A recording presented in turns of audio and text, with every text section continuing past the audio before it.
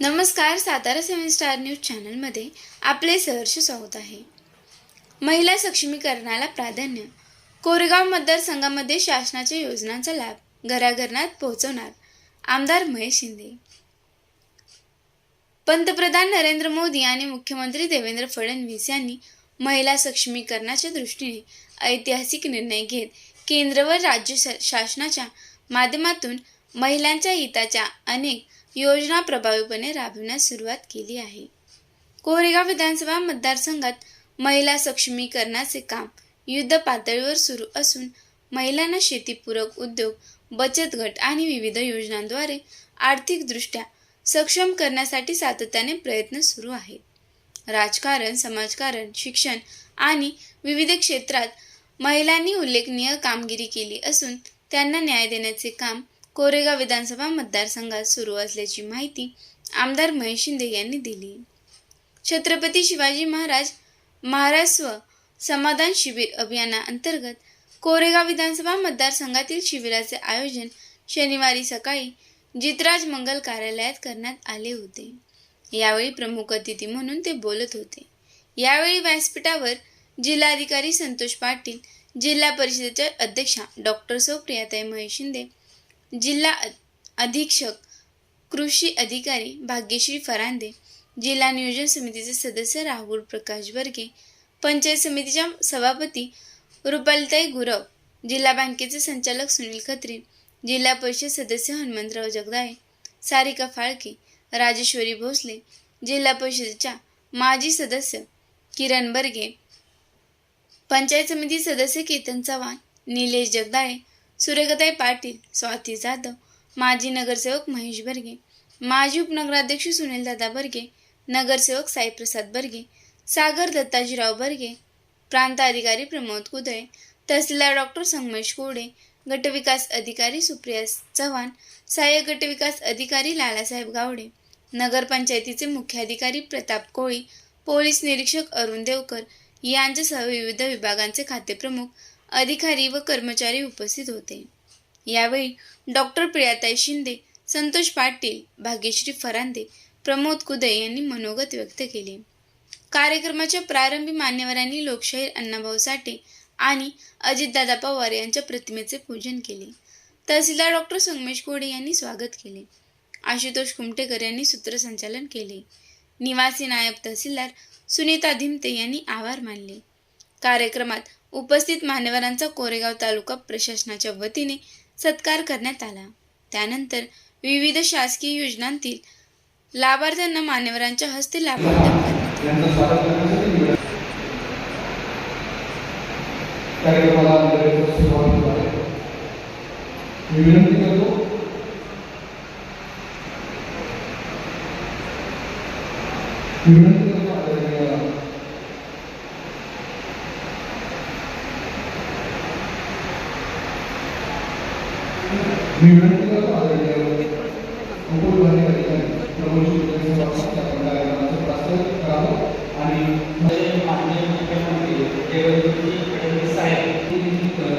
पूर्ण महाराष्ट्र राज्यामध्ये विधानसभा मतदारसंघामध्ये सगळ्या ठिकाणी या महाराष्ट्र आयोजित केलेला आहे.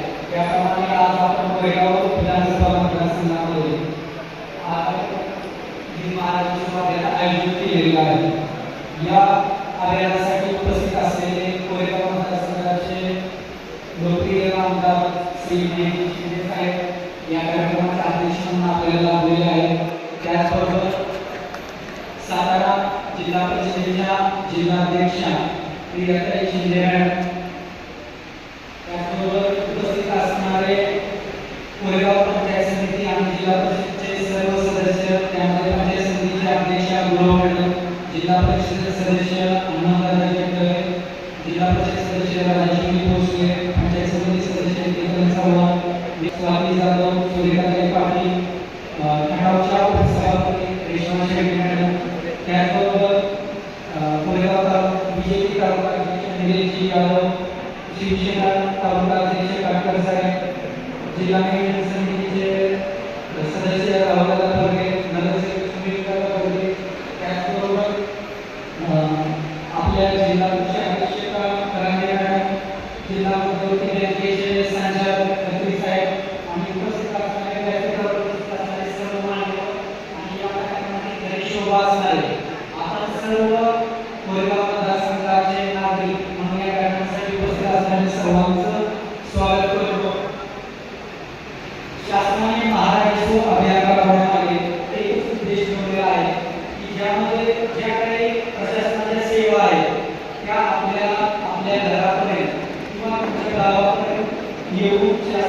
आपल्याला सेवा प्रदान केल्या पाहिजेत.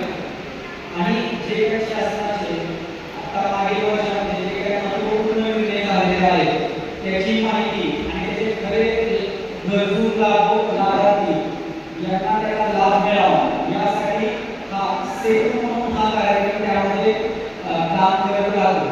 तर मी आपल्याला सांगू इच्छितो की यामध्ये महसूल विभागाने यामध्ये 2 महत्त्वाचे निर्णय घेतले होते. त्यामध्ये 25 मार्च 2026 रोजी शासकीय कार्यालयात जे अतिक्रमण आहे ते अतिक्रमण नियमन करण्यासंदर्भातला सर्वात महत्त्वाचा निर्णय माननीय मुख्यमंत्री साहेबांनी घेतला आणि त्याची अंमलबजावणी मागील 2-3 महिन्यापासून आपल्या मतदारसंघामध्ये सुरू आहे. म्हणून आता आम्ही कोरेगाव नगरपालिकेमध्ये ज्यामध्ये नियोजन प्राधिकारी म्हणून योजना कार्यक्रम केलेला आहे त्यामध्ये मॅडम आपल्याला 216 प्राप्त झाले. त्यामध्ये काल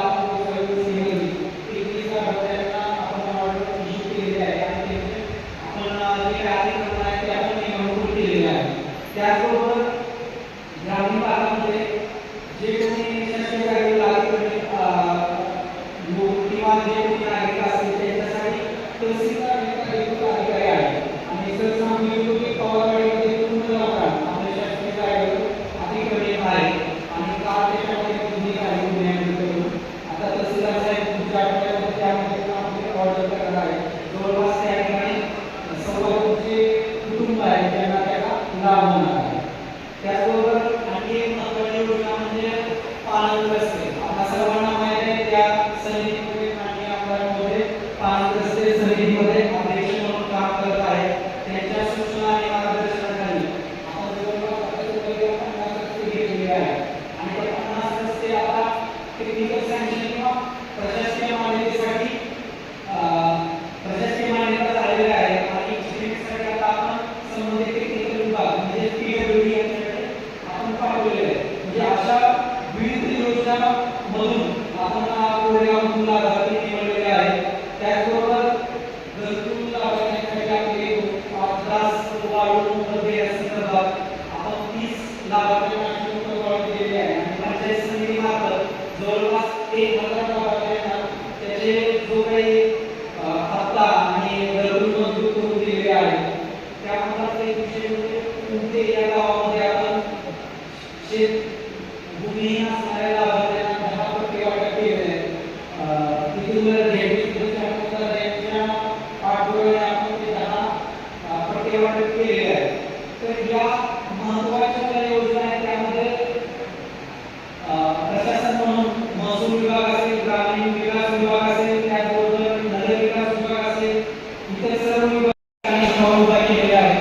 आपल्या कोणत्याही अडचणी असतील ते आपण इथं सोडवणार आहोत, अर्ज स्वीकारणार आहोत आणि त्याची निर्मिती करणार आहोत. सर मी आपल्याला या ठिकाणी सांगू इच्छितो की मागील 1 महिन्यापासून विविध विभागाचे म्हणजे कृषी विभाग असेल, एनएससीचा असेल किंवा पशुसंवर्धन विभाग असेल, बचत गट किंवा त्यांचा महिला बाल कल्याण विभाग असेल, या सर्वांची एकत्रित आपण जवळपास 20,000 लाभार्थ्यांना आपण या महिन्यामध्ये हे कार्यक्रम जूनच्या शेवटच्या आठवड्यात लागू झाला. त्यापासून आता जवळपास 20,000 लाभार्थ्यांना लाभ दिलेले आहे आणि त्याचे प्रायोगिक तत्त्वावर किंवा प्राथमिक तत्त्वावर आपण या ठिकाणी वाटप करणार आहोत. सर आपल्या मार्गदर्शनाखाली आम्ही पण आता पाणंद रस्त्याची आता होईल या महिन्यामध्ये पूर्णपणे आपण ते रस्ते मान्य करून घेणार आहोत. परत ठिकाणी आपल्या सर्वांना महाराजेश्वरच्या शुभेच्छा देतो आणि आपण या ठिकाणी एवढ्या मोठ्या संख्येने उपस्थित राहिला त्याबद्दल आभार व्यक्त करतो. सर योगायोग म्हणजे आज 1 तारीख आहे 1 ऑगस्ट. हा महसूल 1 ऑगस्ट आपण महसूल म्हणून साजरा करत असतो. महसूल विभागामध्ये जे काही कर्मचारी अधिकारी कार्यरत करतात त्यांनी जे काही मागील वर्षामध्ये जे काही काम केलेलं आहे त्या कामाच्या निमित्त त्यांना एक प्रशस्ती किंवा शब्दास्ती म्हणून हा एक ऑगस्ट आपण महसूल म्हणून आपण साजरा करत असतो. मागील 1 वर्षभरात आम्ही सर्व कुठेतरी करून SIR म्हणजे आपण निरीक्षणाचं काम सुरू केलेलं आहे. त्यामध्ये महसूलच नाही तर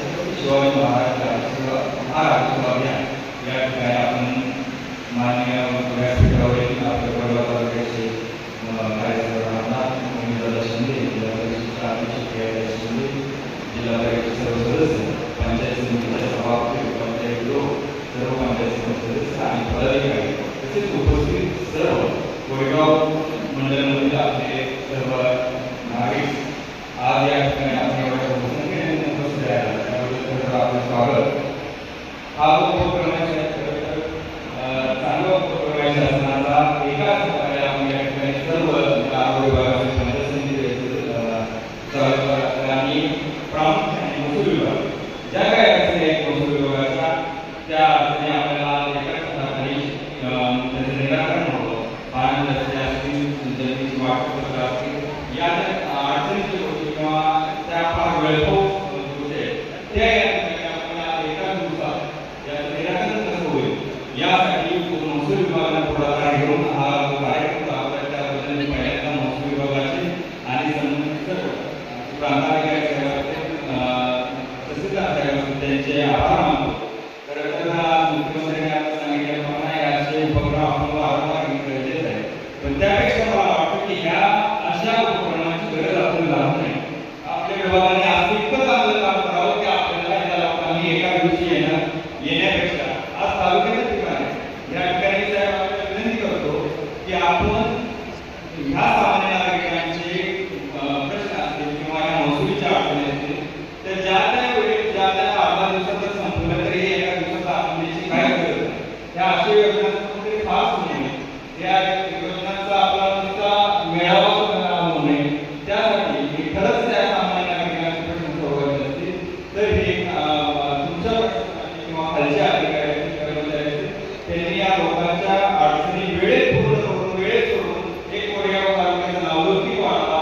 आपल्या महसूल विभागातील, कृषी विभागातील, पंचायत समित्या आमचे व्हिडिओ मॅडम असतील, आपल्या सर्वांना आमची विनंती आहे की हे अभियान आपण घेत राहू, अजून पुढं त्याच्यावर सातत्याने प्रयोग करत राहू.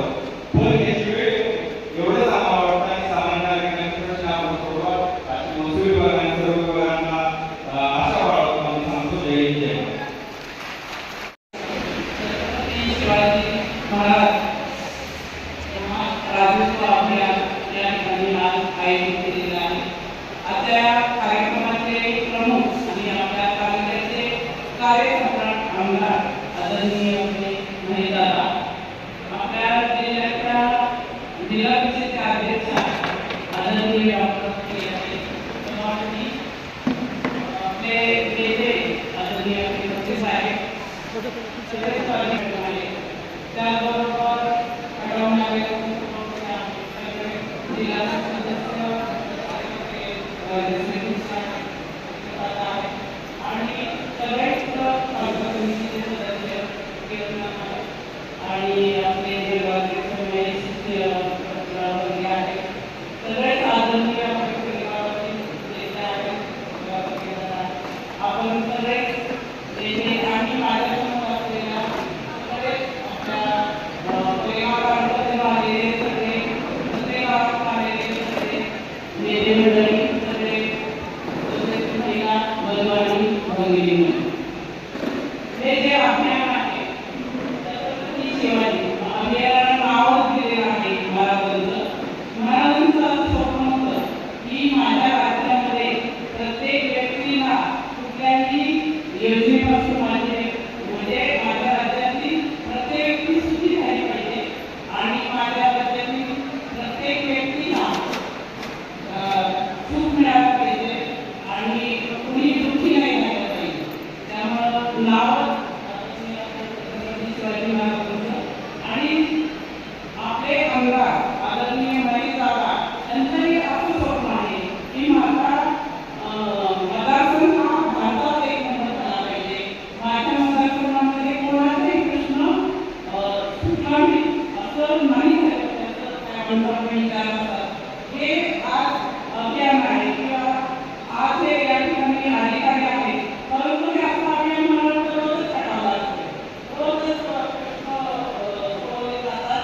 एकही प्रश्नामध्ये त्याच्याकडं आपण एखादा प्रश्न घेऊन गेलो आणि तिथं सुधारायला नाही. म्हणजे जिथे आपले आमदार साहेब तर हे अभियान सुरूच असते. म्हणजे साहेब गाडीत असतं तर तिथे अभियान असतं.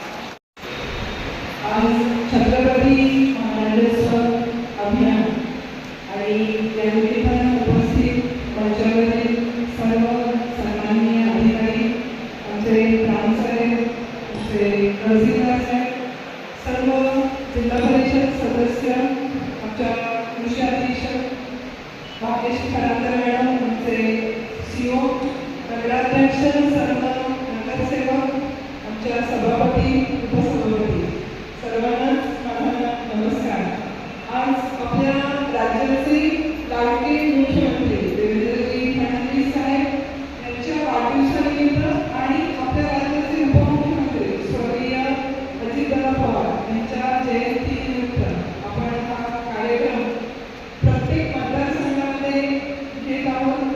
आपले राज्याचे महसूल मंत्री चंद्रशेखर बावनकुळे साहेबांच्या संकल्पनेतून ज्याप्रमाणे आपले राज्य हे लोकाभिमुख आहे, त्याचप्रमाणे आपल्या कोरेगाव मतदारसंघाचा आणि विशेषतः कोरेगाव महसूल विभाग असेल, आपला कृषी विभाग असेल, लोकाभिमुख काम करतोय. आणि आपला उभय साहेबांनी आता सांगितलं की जो गावठाणचा प्रश्न होता महसूल मंत्र्यांनी योजना केलेली आहे आणि जे काही बांधकाम असेल, शासकीय जागेमध्ये जे काही लोक राहत आहेत त्यांचं नियमीकरण केलेलं आहे आणि अनेक गरजू कुटुंबांना यापासून लाभ मिळालेला आहे. सर्वप्रथम मी उदय सरांचं अभिनंदन करते.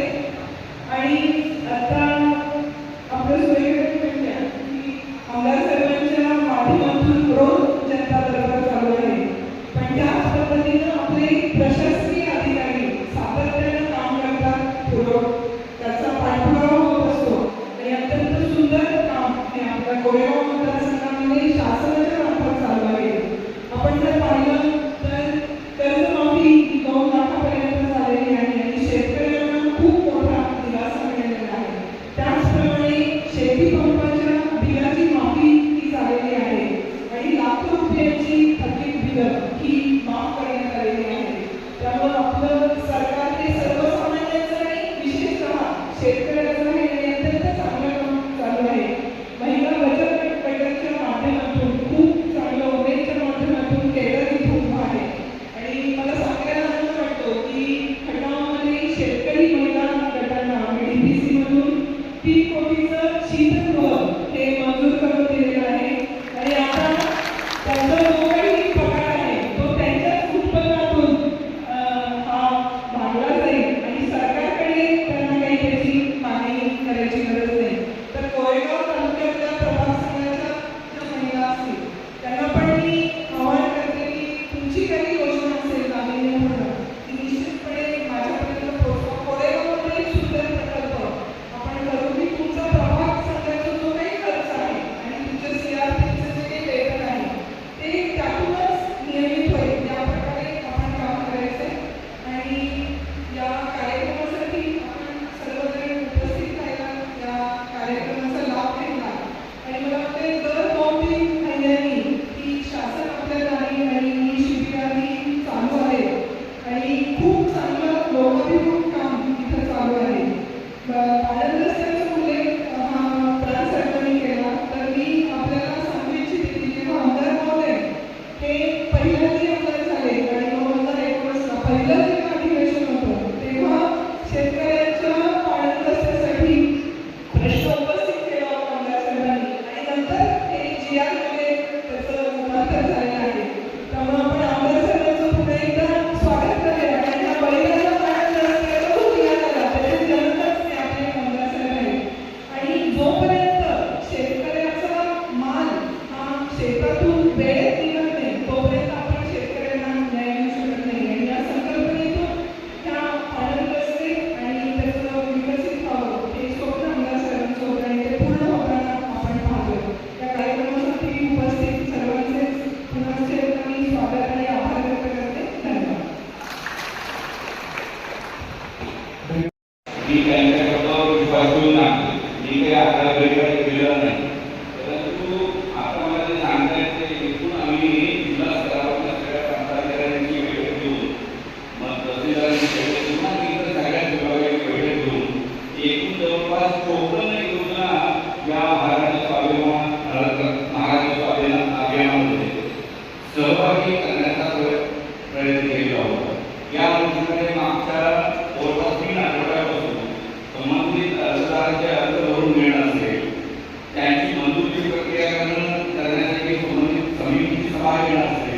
मान्यता देऊन त्यांची मान्यता पत्र तयार करणार असेल आणि प्रत्यक्ष लाभ मंजूर केल्याचं प्रमाणपत्र आज आम्ही आमदार यांच्याशी वितरित करणार असेल. हा कार्यक्रम एक दिवसाचा जरी दिसत असेल तरी याच्या पाठीमागं आपल्या महिन्याभरापासूनची मेहनत आहे. त्यामुळे केवळ या सभागृहामध्ये बसलेले लाभार्थी या अभियानाचे लाभार्थी असं म्हणता येणार नाही, तर याच्या एक महिन्यापासून ज्या लाभार्थ्यांसाठी आपण नियोजन केलं होतं, निर्णय घेतलेले होते आणि त्यांना लाभ मंजूर केला होता, अशा जवळपास 30,000 पेक्षा जास्त लाभार्थ्यांना या महाराष्ट्र अभियानाचा लाभ झाला आहे असं म्हटलं तर योग्य होईल. आणि आतापर्यंत या 4थ्या गटामध्ये आपण जवळपास 20,000 पेक्षा जाणार बाकी 2,000 आपण जास्त संख्या गाठली त्याबद्दल मान्य आमदार साहेब आरोग्य अधिकारी असतील, तहसीलदार असतील, सर्व विभागाचे अधिकारी असतील, हे एवढं काम करू शकले नसते. परंतु केवळ हे 20,000 लाभार्थी आपण केले यांना लाभ दिल्यामुळे आपलं काम संपलं असं काही होणार नाहीये. यानंतरही या योजना चालू राहणार. उदाहरणार्थ सांगायचं झालं तर आता आपण सर्वजण ग्रामीण भागातले रहिवासी आहोत, आपण शेतकरी कुटुंबातले रहिवासी आहोत. शेतीशी आपला दिवस रात्र समाधान येतो आणि अशा वेळेस या शेतीला सुरक्षित करण्यासाठी पीक विम्याची योजना, पंतप्रधानांची विमा योजना ही आम्ही पंतप्रधान नरेंद्र मोदी यांनी सुरू केलेली आहे. आणि या योजनेचं महत्त्व यावर्षी आनंद साजरा करतात. आपल्या सर्वांना कल्पना आहे की भारतीय हवामान खातं असेल किंवा जगभरातल्या सगळ्या वेधशाळा असतील यांनी यावर्षी अल्निनोचा इफेक्ट जाणवेल आणि काही कालावधी आपल्याकडे ड्राय स्पेलचा असेल किंवा दुष्काळासारख्या परिस्थितीला आपल्याला सामोरं जावं लागेल आणि त्याची पूर्वतयारी आम्ही मुख्यमंत्री आणि त्यांच्या सर्व सहकारी मंत्र्यांच्या निर्देशानुसार आपण मागच्या 3-4 महिन्यापासून सुरू केली आहे. काही व्यक्तींमध्ये आपल्याला त्यामुळे परंतु आता जरी पाऊस चांगला दिसत असेल, जूनमध्ये आपण पाहिलेलं आहे की आपल्या जिल्ह्यामध्ये सरासरीपेक्षा 60% पाऊस कमी पडलेला आहे. फक्त 40% पाऊस जूनमध्ये पडलेला होता. सुदैवाने जुलैमध्ये आपल्या सरासरी एवढा पाऊस जुलै, जून आणि जुलैची सरासरी आपण ओलांडलेली आहे. कोरेगाव तालुका असेल किंवा पश्चिमेकडे जे तालुके आहेत त्या ठिकाणी सरासरी जरी ओलांडली असेल तरी पूर्वेकडच्या महानसारख्या पलटणसारख्या तालुक्यामध्ये अद्यापही किंवा खटाच्या काही भागामध्ये सरासरी एवढा पाऊस पडलेला नाही. आणि आमदार तुम्ही सांगू शकत नाही की ऑगस्टमध्ये किती पाऊस पडणार आहे, सप्टेंबरमध्ये किती पाऊस पडणार आहे. आपल्या पडलेल्या पावसाचं वितरण कसं असणार आहे आणि प्रत्येकामध्ये भूगर्भामध्ये किती पाणी मिळणार आहे आणि आपल्या विहिरींना तलावामध्ये प्रत्यक्ष किती पाणी साठा होणार आहे याची कोणतीही शाश्वती नसल्यामुळे आपल्या पिकांना आधार देण्यासाठी आपल्याला पीक विम्याचा एक जो चांगला पर्याय उपलब्ध आहे त्याचा आपण अवलंब केला पाहिजे, त्याच्यामध्ये आपण सहभागी झाला पाहिजे. परंतु बदललेल्या स्वरूपामुळे असेल किंवा इतर काही कारणामुळे असेल शेतकरी बांधवांनी आतापर्यंत हवा विकाय किंवा म्हणावा तसा सरकार या योजनेला यावर्षी दिलेला नाही. त्यामुळे आम्ही मुख्यमंत्री महोदयांना विनंती केली होती की अद्यापही या योजनेचे सहभागी होण्यापासून बरेच शेतकरी वंचित आहेत. त्यामुळे काही शेतकऱ्यांना पिकासाठी करता आलेला नाही आहे विमा, तर त्यासाठी मुदतवाढ द्यावी. आता मुख्यमंत्र्यांनी यासाठी केंद्र शासनाच्या परवानगीनं 10 दिवसाची मुदतवाढ दिली आहे. 10 ऑगस्टपर्यंत आपल्याला पीक विमा भरता येणार आहे. म्हणून मी आपल्या सर्वांना त्याचं आवाहन करतो, विनंती करतो की आपण निश्चितपणे या योजनेमध्ये सहभागी व्हावं. त्याचबरोबर दुसरा महत्त्वाचा जो कार्यक्रम या कोकण योजनेचा जरी भाग नसेल तरी आपल्या सगळ्या लोकशाहीचा पाया जो आहे तो म्हणजे मतदार यादी. 2002-03 नंतर पहिल्यांदा भारत निवडणूक आयोगाने मतदार याद्यांचं सखोल पुनरीक्षण करण्याचा कार्यक्रम आपल्या महाराष्ट्रामध्ये सुरू केला आहे. मागच्या 30 जूनपासून हा कार्यक्रम सुरू झालेला होता. पहिला टप्पा त्याचा 29 जुलैला संपणार आहे. या टप्प्यामध्ये उद्योग ऑफिसर जे आहेत ते शासकीय कर्मचारी आहेत त्यांना खूप काम नेमून दिलेलं आहे. त्यांनी प्रत्येक मतदाराच्या घरी जाऊन त्यांचे फॉर्म भरून घेणं अपेक्षित होतं. परंतु राज्यामधल्या पश्चिम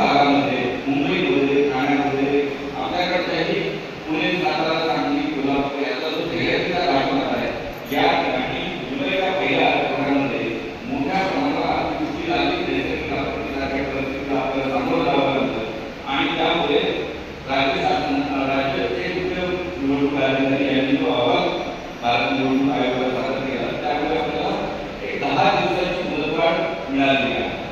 ते आपल्याला सगळ्यांना या ठिकाणी सांगण्याचं कारण असं आहे की लोकसभेपासून ग्रामपंचायतपर्यंत ज्या सगळ्या निवडणुका होतात, त्याची लोकसभा असेल, विधानसभा असेल, नगरपालिका असेल, जिल्हा परिषद पंचायत समिती असेल किंवा ग्रामपंचायत असेल, या सगळ्याचा पायाला काय असेल तर ती मतदार यादी असते. मतदार यादी विशिष्ट स्वरूपामध्ये असेल तेवढं मतदानाची प्रक्रिया ही अधिक चांगल्या पद्धतीने जास्तीत जास्त प्रमाणामध्ये मतदानाची टक्केवारी नोंदवली जाईल. आणि म्हणून या यादीमध्ये समाविष्ट होण्यापासून त्याच्यामध्ये नाव नोंदवण्यापासून एकही पात्र मतदार वंचित राहणार नाही.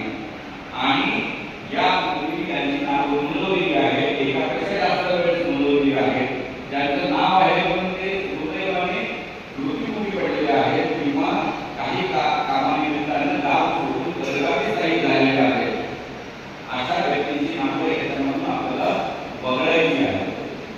ही प्रक्रिया सुरू होण्यापूर्वी 2-3 महिने ही मॅपिंगचं काम चालू होतं आणि आपल्या मतदारसंघामध्ये जवळपास 100% जास्त मॅपिंग झालेलं होतं.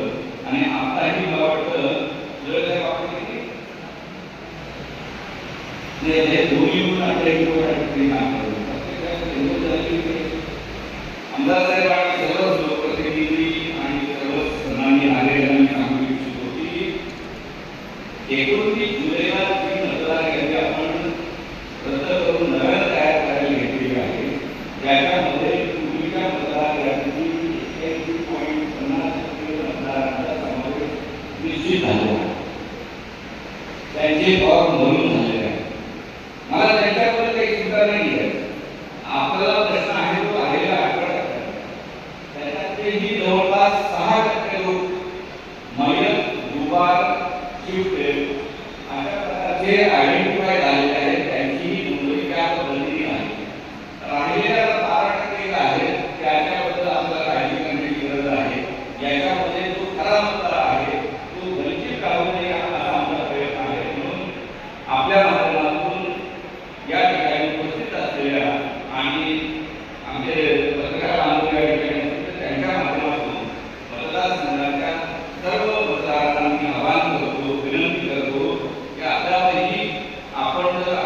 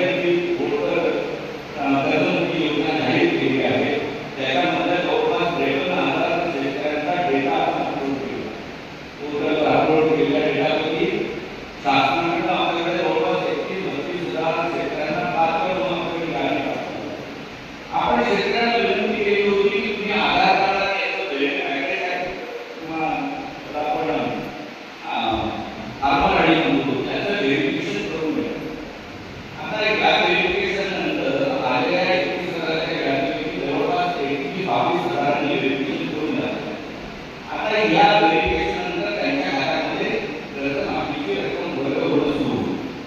परंतु जवळपास पात्र यादीची 9-10 शेतकऱ्यांचा आतापर्यंत व्हेरिफिकेशन बाकी आहे. ते व्हेरिफिकेशन का बाकी आहे याचा जेव्हा आम्ही अभ्यास केला त्यावेळेस असं लक्षात आलं की अनेक शेतकऱ्यांनी आतापर्यंत कामगारी काढली नाही. आपल्या जिल्ह्यामध्ये प्रत्येक योजनेच्या बाबतीत आपण राज्याच्या पहिल्या जिल्ह्यामध्ये असतो.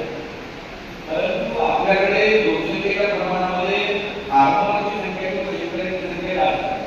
आपलं होल्डिंग जे आहे वर प्रतिमानचे गणित धारण असेल आहे त्यापेक्षा कमी आहे. आपली 2011 ची लोकसंख्या जर 30 लाख असेल तर आता शेतकरी संख्या साधारण यांची नावं आहेत ती जवळपास 9,69,000 आहे. आपण राज्य शासनाची एक योजना होती लक्ष्मी मुक्ती योजना. लक्ष्मी मुक्ती योजना म्हणजे काय? पतीच्या नवऱ्याच्या नावावर शेतकरी असेल तर त्याची आधारगिरी म्हणून त्याला असलेल्या सगळ्या प्रॉपर्टीमध्ये त्याच्या पत्नीचा सौभाग्यवतीचा अधिकार आहे आणि त्याने संमती दिली की ताबडतोब आपल्या तलाठी मंडळाधिकारी त्यांच्या नावावर लावणार होतो. मागच्या 2-3 वर्षापासून या योजनेचा अतिशय चांगला वापर आपल्या जिल्ह्यामध्ये आमच्या सगळ्या महिला भगिनींनी करून घेतला होता आणि त्याचा परिणाम असा झाला की नावं सगळी जास्त आलेली आहे. सातारा नाव आलेलं आहे परंतु आता साताराचं नाव जे आहे ते प्रत्यक्ष नावामध्ये काहीतरी व्हायचं असेल तर ॲड्रेस टॅग काढल्याशिवाय गत्यंतर नाही. या ठिकाणी बाकी ठिकाणी घराच्या आहेत जिल्हाधीश त्यांना आम्ही सतत मागायला गेलो होतो की राहिलेल्या शेतकऱ्यांचं तुम्ही ॲग्री टॅग कार्ड का काढत नाही. तर त्यांनी सर्वे केला. जवळपास 1.5 लाख नावाचा सर्वे केला. 1.5 लाख नावापैकी 30,000 नावं आम्हाला माहीत असेल सरकारला. तर त्यांच्या वाचण्याच्या नोंदणी घेण्याचं काम ताबडतोब आपण या निमित्तानं पूर्ण केलं पाहिजे. त्याचबरोबर असं लक्षात आलं की मोठी संख्या ही महिला शेतकऱ्यांची. आता महिला शेतकरी घरामध्ये फक्त त्यांच्या मुलांप्रमाणे जर निर्णय होत असतील तर बाहेर काय योजना आलेली आहे ही जोपर्यंत भाऊ त्यांना सांगत नाही तोपर्यंत कदाचित त्यांना माहीत होणार नाही. ही संधी घेतोय या ठिकाणी महिला शेतकऱ्यांची संख्या पण मोठ्या संख्येने उपस्थित आहे. आपल्या घराण्याला नवऱ्याला पतीला आज आपण विचारायचं आहे की माझ्या नावाचं ॲड्रेस टॅग कार्ड आतापर्यंत का काढलं नाही. आजचं भांडण झालं तरी काही हरकत नाही परंतु आज आमची प्रत्येक भगिनी आपल्याला विचारेल की माझं नाव नुसतं साताऱ्यावर मी टाकलेलं आहे मला ॲग्री टॅगचा आधार आय डी मी काढून दिला नाही त्याच्याबरोबर मला ही योजना घेण्यामध्ये अडचण येते. पुढच्या 8 दिवसामध्ये कारण असतील आमचे प्रांताधिकारी असतील तहसीलदार असतील सर्व आपल्या सरकार सेवा केंद्र झालेले असतील हे तुम्हाला लगेच मदत करून आधार आय डी काढून देतात. जेणेकरून एकही शेतकरी कुठल्याही योजनेपासून वंचित राहणार नाही याची आपण काळजी घेऊ. मान्य पंतप्रधान असतील मान्य मुख्यमंत्री असतील आम्हाला सांगतात की कुठलीही योजना सॅच्युरेशन मोडवर आपण राबवली पाहिजे. सॅच्युरेशन मोडवर याचा अर्थ असा की त्या योजनेच्या निकषाप्रमाणे पात्रता धारण करणाऱ्या 100% लाभार्थ्यांपर्यंत योजना गेली पाहिजे. एकही पात्र लाभार्थी त्यापासून वंचित राहिला नाही पाहिजे. आणि दुर्दैवाने बाजार आहे आपण थोडंसं मागे राहिल्यामुळे आता प्रधानमंत्रीच्या योजनेमध्ये असेल किंवा यानंतर येणाऱ्या शेतीच्या इतर योजनांच्या लाभासाठी आपण वंचित राहू शकतो. आता मला अध्यक्षांनी सांगितलं होतं की माननीय मुख्यमंत्र्यांनी या अधिवेशनामध्ये महिला सांगतात की महिला शेतकरी जर दुसऱ्याच्या शेती येऊन शेती करतात त्यांना शेतकरी घोषित करण्याचं बिल आलेलं होतं ते बिल पास केलेलं आहे. त्याचे नियम आता घेतलं ते नियम आल्यानंतर काय पद्धतीने निश्चित होईल की कशा पद्धतीने ज्या आपल्या भगिनींना ज्या शेतकरी उत्पादक गटाच्या माध्यमातून शेती करतात त्यांना प्रमाणित करायचं आणि सगळ्या शेतीच्या योजनांचे लाभ त्यांना कसे द्यायचे याचे नियम आल्यानंतर आपण ते प्रत्यक्षात लाभ हस्तांतरण करायला सुरुवात करणार आहोत. तर सांगण्याचा मुद्दा असा आहे की शेतीच्या संदर्भात माननीय महसूल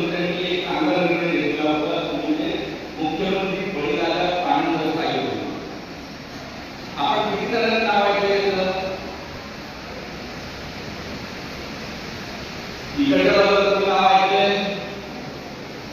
मुख्यमंत्री डोळीराजा पाणी रस्ता योजनेचं नाव अजूनही आपल्या गावागावात पोहोचलं नाही असं आहे.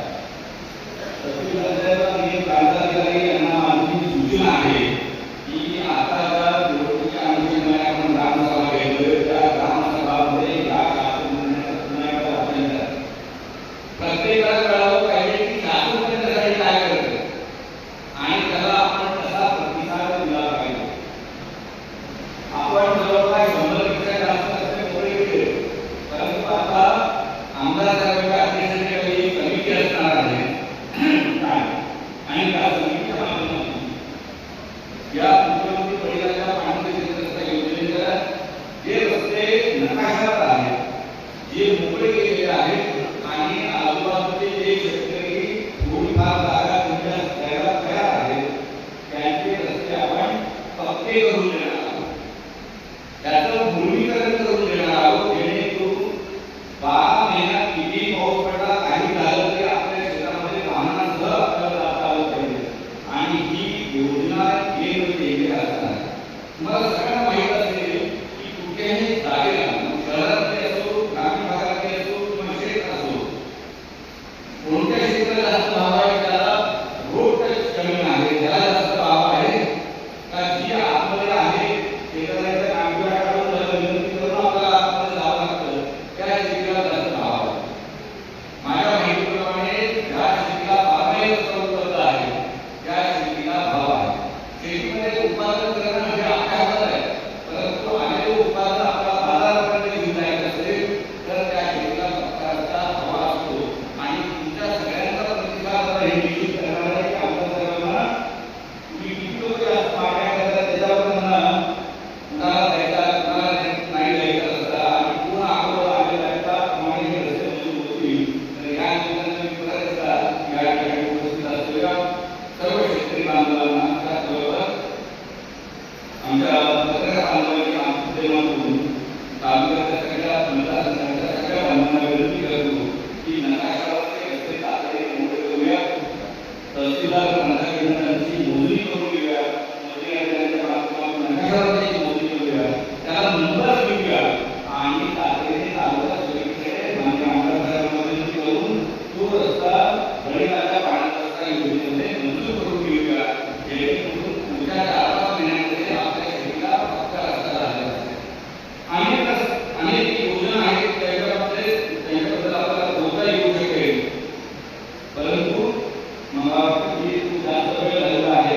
मी खूप जास्त काम लावली तर आमदार साहेब म्हणतील तुम्ही जास्त बोलताय मला बोलायला वेळ राहणार नाही तर बाकी सगळ्या वैयक्तिक लाभाच्या योजना आहेत त्या पेन्शनसारख्या योजना आहेत. मग लाडकी बहीण योजना असेल संजय गांधी योजना असेल किंवा इंदिरा गांधीच्या 6 प्रकारच्या योजना केंद्र शासनाच्या सहकार्याने आपण राबवतो ज्याच्यामध्ये काही रक्कम ठराविक रक्कम आपल्याला मासिक स्वरूपामध्ये मिळते. त्या योजनांचेही लाभार्थी शिल्लक असतील तर निश्चितपणे त्या सगळ्या लाभार्थ्यांना आपण लाभ द्यायचं निश्चित करू शकतो. तर त्या योजनेला आपण सर्वजण महसूल विभाग आणि आमच्या सर्व प्रशासकीय अधिकाऱ्यांच्या विनंतीप्रमाणे या ठिकाणी आहात. तर आजच्या फक्त या भाषण ऐकण्यापुरतं मर्यादित आपण राहूच नाही. या ठिकाणी ज्या ज्या प्रकारे स्टॉल आलेले आहेत त्या ठिकाणी स्टॉलवर योजनांच्या लाभार्थ्यांची नोंदणी करणं असेल किंवा त्यांना लाभ देणं असेल ही कार्यक्रम होणार आहे त्या योजनेची माहिती आपण समजावून घ्या. हीच विनंती मी या निमित्तानं माहिती करतो. आणि आमदार महोदय आणि अध्यक्षाताई आणि सर्वच लोकप्रतिनिधी यांच्यावर पण आभार व्यक्त करतो आणि अशीच मदतीची आणि सहकार्याची भावना आमच्या प्रांताधिकारी आणि त्यांच्या सर्व टीम सोबत आपली असल्या जेणेकरून यानंतरच्या कालावधीमध्ये मंडळ स्तरावरचे आपले कार्यक्रम होणार आहेत काही वेळेस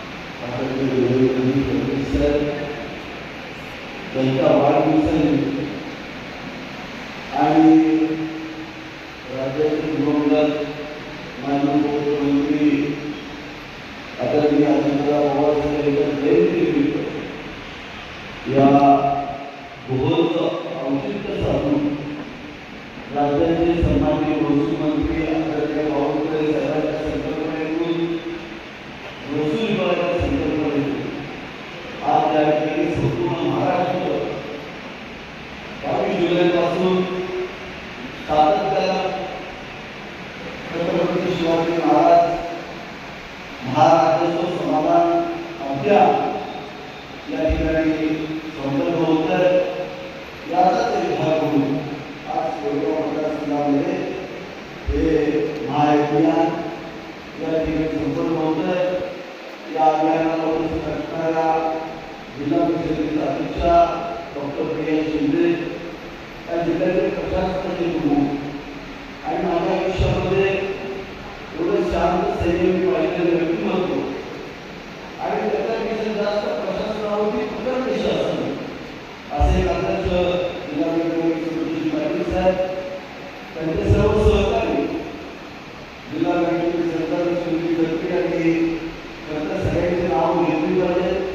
सगळे जिल्हा परिषद सदस्य आमच्या सभापती गुरवताई सगळे पंचायत समिती सदस्य आमचे नगरपालिकेचे नगराध्यक्ष सर्व नगरसेवक जिल्हा परिषद समितीचे सदस्य राहुलदादा या सगळ्यांवर सर्वच मान्यवर आणि ज्यांच्या नेतृत्वाखाली कोरेगावमध्ये प्रशासन अत्यंत चांगल्या पद्धतीने काम करत आहे ते म्हणजे आमचे प्रांताधिकारी तहसीलदार सतीश बोले या दोघांच्या नेतृत्वाने खरंच कोरेगाव मतदारसंघ अत्यंत चांगल्या पद्धतीने करून चालला आहे.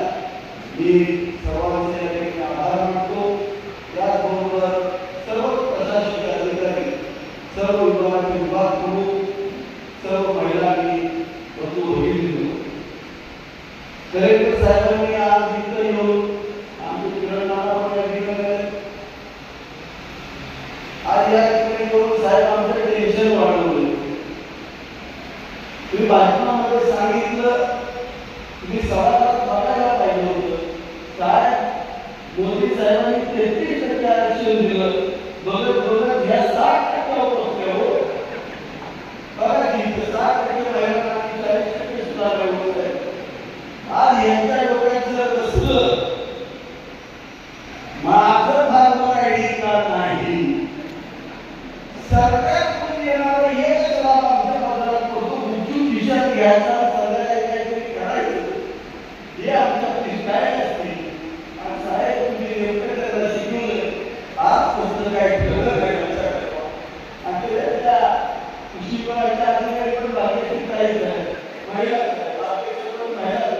जिल्हा परिषद सदस्यांपैकी महिला सभापती पण महिला आमच्या गावात सभापती पण महिला आपलं राहिलंच नाही का राहिलेलं होतं थोडंसं शासनाचा लाभ घ्यायचा बायकोला जर सरकार संध्याकाळी ओके सुरू असते की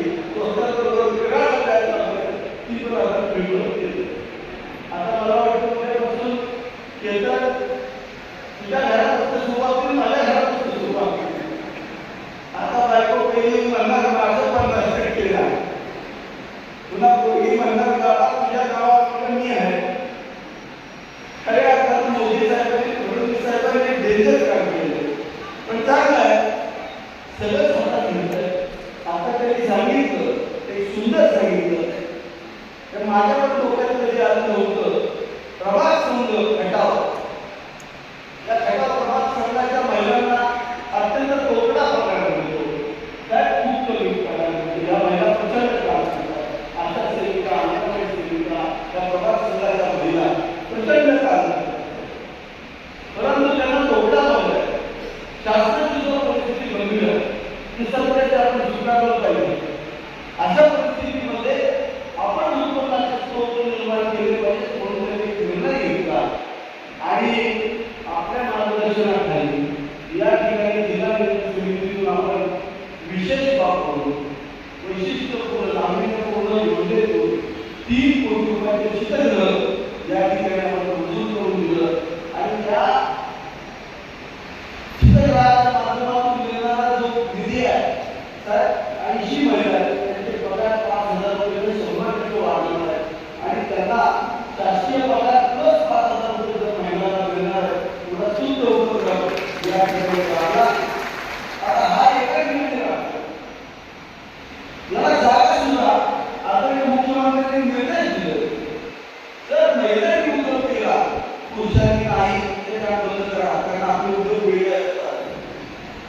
महिलांनी एखादा उद्योग उभा केला तर त्याला शासकीय जमीन द्यायचं धोरण आहे. आणि हे मला माझ्या बायकोनी सांगितलं. मी म्हटलं जागाच कोण देणार नाही. ठामपणे बोललो. तिने मला सांगितलं, अहो मुख्यमंत्र्यांनी सांगितलंय आम्ही जर उद्योग केला तर आम्हाला शासकीय जागा मिळणार. म्हणलं फार हुशार आहे. आमचा आमदार तिला जे महिला हुशार आहे बरोबर लोकांच्या बाहेर कायदे शोधून द्या आणि सगळे कायदे घेत असतात. त्यामुळे तुमचं सगळं नीट चाललेलं आहे, आमचं पण नीट चालवलं. ते आपल्याला करतो कारण 20,000 लाभार्थी तुकडे साहेब मला वाटतं 14,000 महिला लाभार्थी चारच पुरुष लाभार्थी. पण चांगलं आहे तुमच्या माध्यमातून सरकार चांगलं चालणार आहे. हा विचार राज्य सरकार आणि केंद्र सरकारने केलेला आहे. कारण आमच्या डोक्यात चोवीस राजकारण नसतं, तुमच्या डोक्यात राजकारण नसतं, तुमच्या डोक्यात समाज सुधारणा नसते.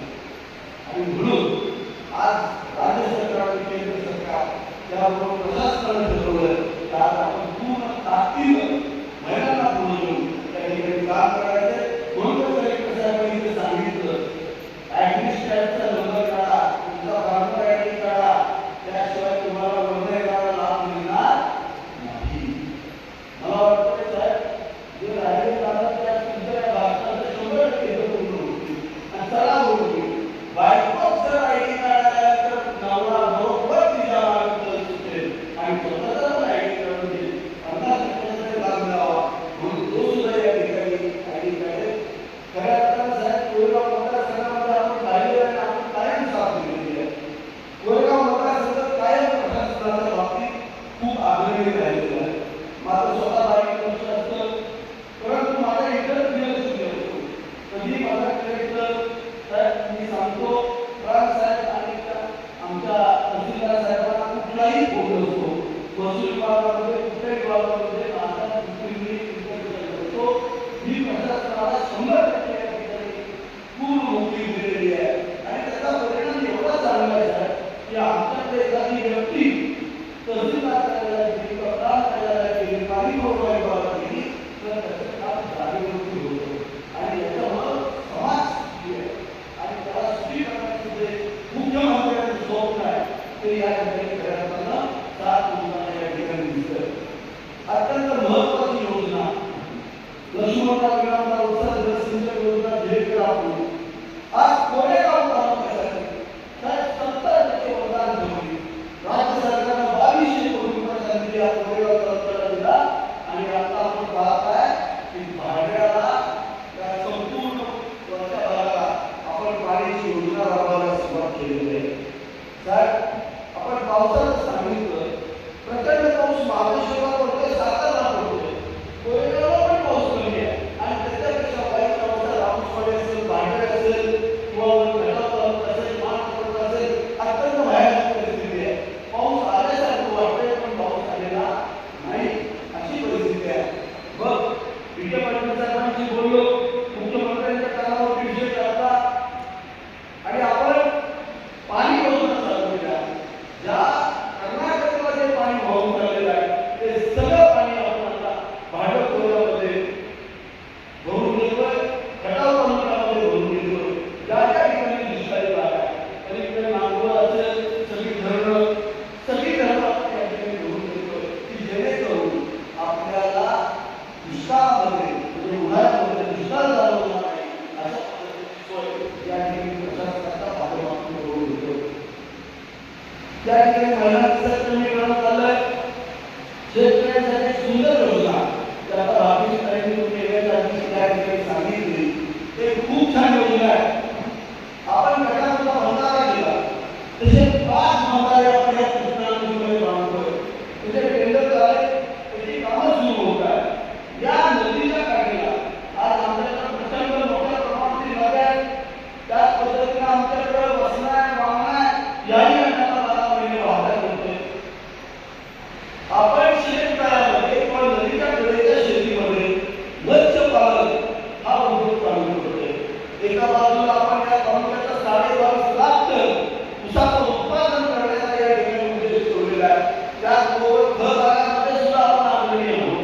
या सगळ्या गोष्टी करत असताना आपण कसल्याही परिस्थितीमध्ये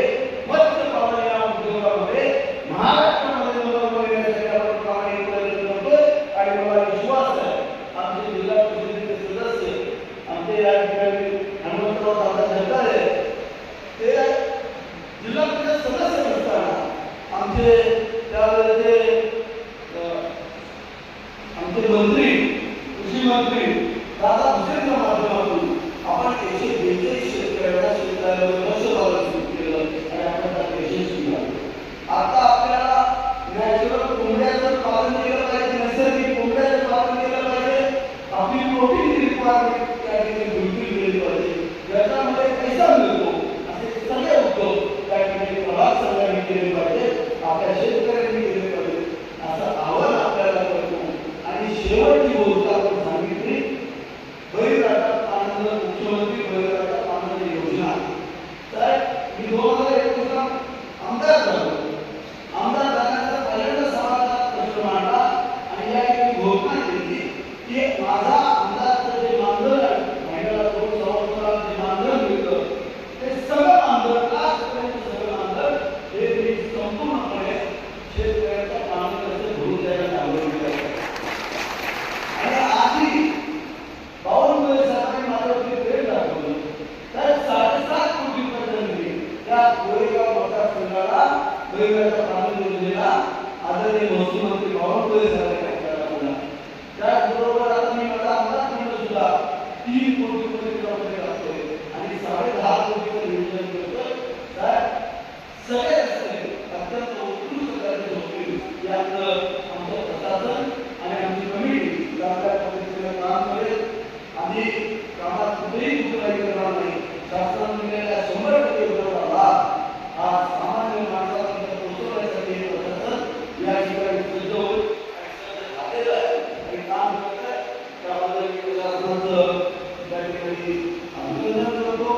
आज 1 ऑगस्ट महसूल विभागाच्या सर्व कर्मचाऱ्यांना या